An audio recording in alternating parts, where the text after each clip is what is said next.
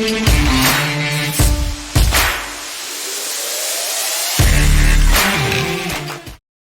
have a full house on stage. Let's wait for the full house off stage also, but we will get started. Yes, Meghna, you had something? Good afternoon, thank you. Well, the topic for panel number 3, the one which we are representing here today, is the shift in the K-12 learning paradigm, blended, flipped, and experiential learning.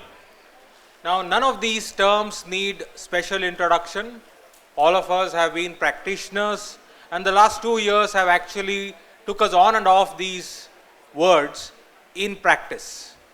Of course, we have our own special ways of executing them, and today in this panel, we are trying our best to present to you the modus operandi of implementing them in our schools, the challenges and also the opportunities for all of us as we go forward, because we understand that these words and blended and hybrid and technology are an integral part of our teaching and learning process.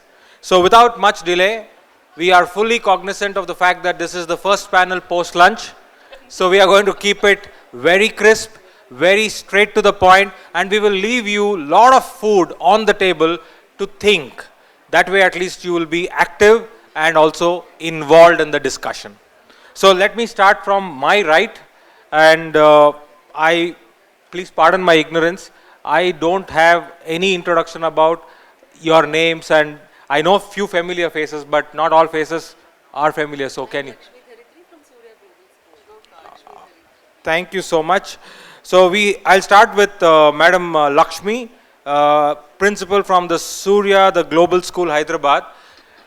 And I want to talk to you about blended education. And when I ask you this, I am looking at the last 2 years and also the future. So if you can take us through your experience of blended learning in your schools. I am Lakshmi 33 from Surya Global School, and thank you, sir, for choosing me to break the silence this afternoon for this panel to begin with. If I need to talk about, the topic was given as shift happening. If I need to say shift happening, we all know, and I strongly believe that change is constant and it is a universal phenomenon. And especially like Dr. Vidya ma'am, she was mentioning that we are dealing with the students of next generation, be it alpha, beta, gamma, whatever it is.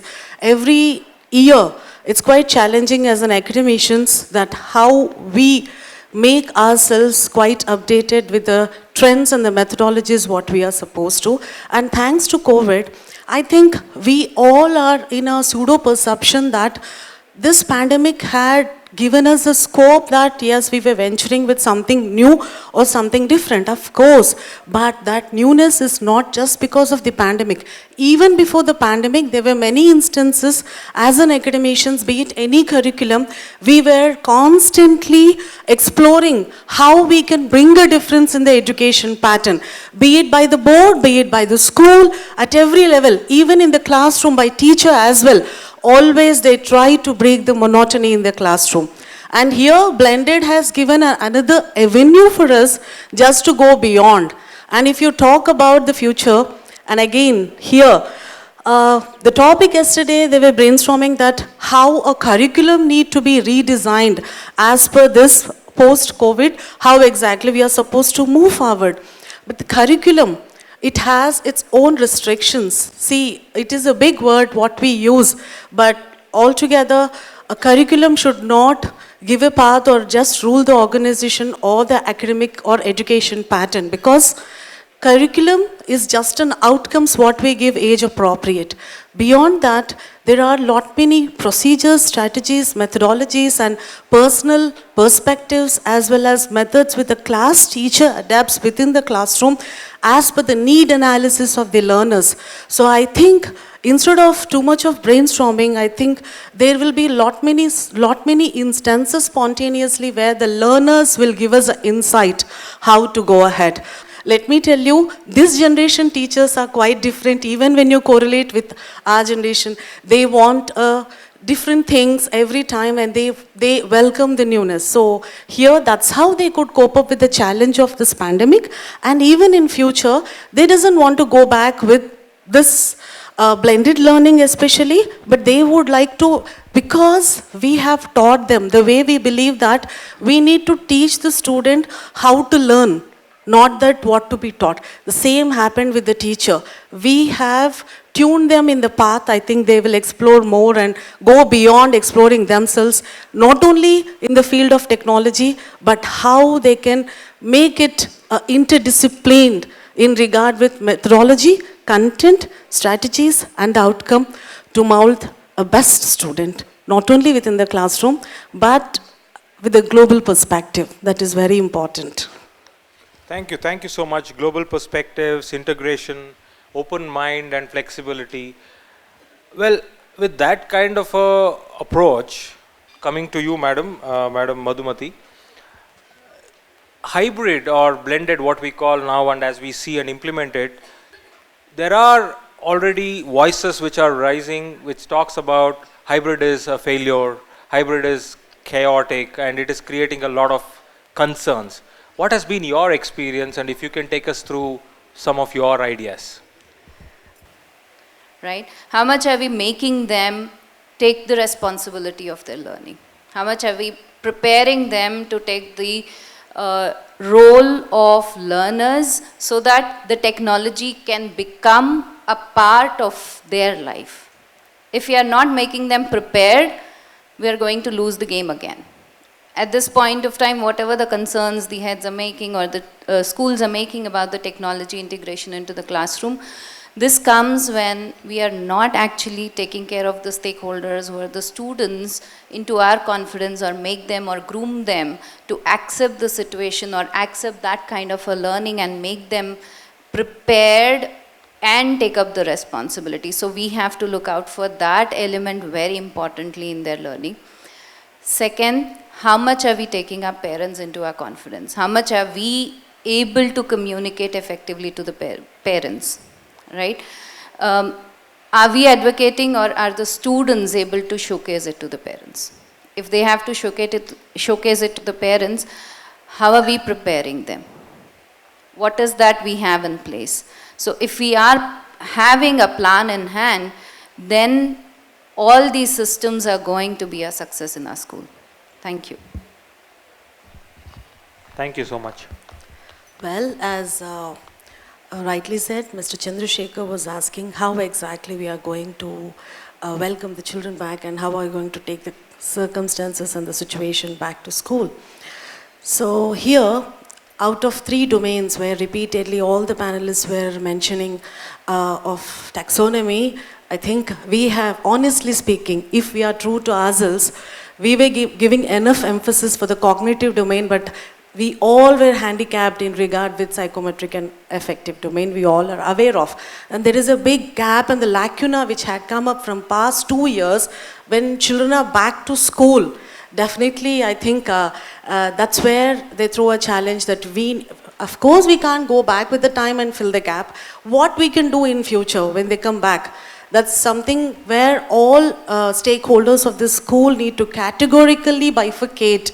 And here, if we are talking about how we are going to take the blended learning forward, here when we bifurcate that, what all strategies can go offline and what all can go online should be judiciously balanced. Not just they got used to everything you put up, not just no, they are back to school, everything you switch off. So that judicious balance is very much important, and more than anything, 2 things or 2 parameters which strike in my mind as a leader of the school is, one thing, the preparatoriness of a parent, or rather I should say mental preparatoriness of the parent, because parent will be expecting the same pace of a learning, same pace of adjustment, be it mental or physical adjustment of the student, where it's our responsibility to make the parent understand that they are back to school after 2 years. So they need to have enough patience, and we need to give enough time for the student to get it along. And the other thing is where the survey says and the research report says that as students were in isolation from past 2 years, though we may be quite hypocritical in saying that we were providing a good education, but still they were in isolation.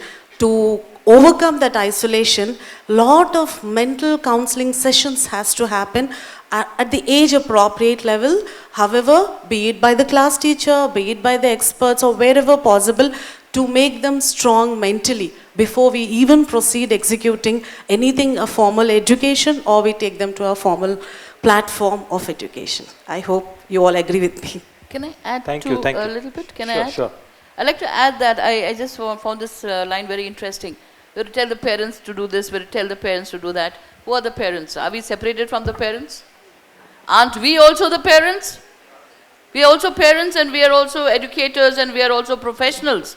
We are both. Remember them? They are no different creatures than us. But what are we differently from them is we are educators. First and foremost, please have confidence in yourself. You are an educator. If you go by the whims and fancies of what a parent thinks, and we change that, then again some other parent think, then we change that, then you're not an educator.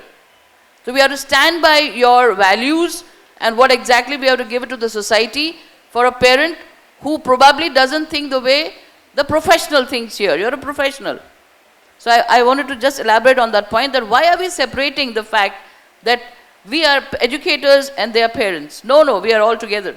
We also have kids, they also go to schools, we are also terrible parents sometimes, and we are also terrible people sometimes in terms of being teachers. But let's understand it in a bigger picture, that whatever has happened to all of them, to all of us together, the coronavirus and pandemic and all that. So we have to now take it forward with giving them the ingredients what education demands.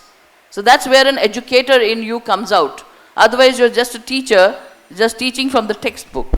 Thank you. Thank you so much. I think we are good with respect to the discussion and the time. But just two last words to conclude from the panel is, one, the balance is important as we are getting back to balance both online and offline. And most importantly, remember March 2020 when pandemic struck, we all did some hand holding to all of our fellow team members, whether it is, you call it relearning, unlearning, whatever. The same kind of hand holding is required when they come back, because that is important and very critical. Thank you so much. Thank you all the panel members. Can we have a big round of applause for all the panel members? Thank you very much. So I would request Mr. Kanhaiya Kumar from schoolcanvas.com to kindly come over stage and felicitate our panel members. Mr. Vikram from Exceed Education, and Mr. Anish Bangia from Open Door, and Ms. Usha Reddy from Meridian School. So I would request Kanhaiya sir to kindly felicitate Chandrasekhar sir.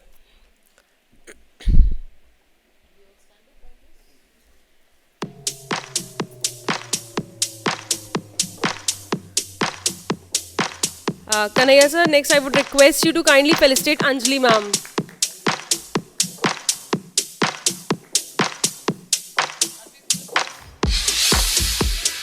I'd like to share his presentation on digital approach to teaching and learning mathematics.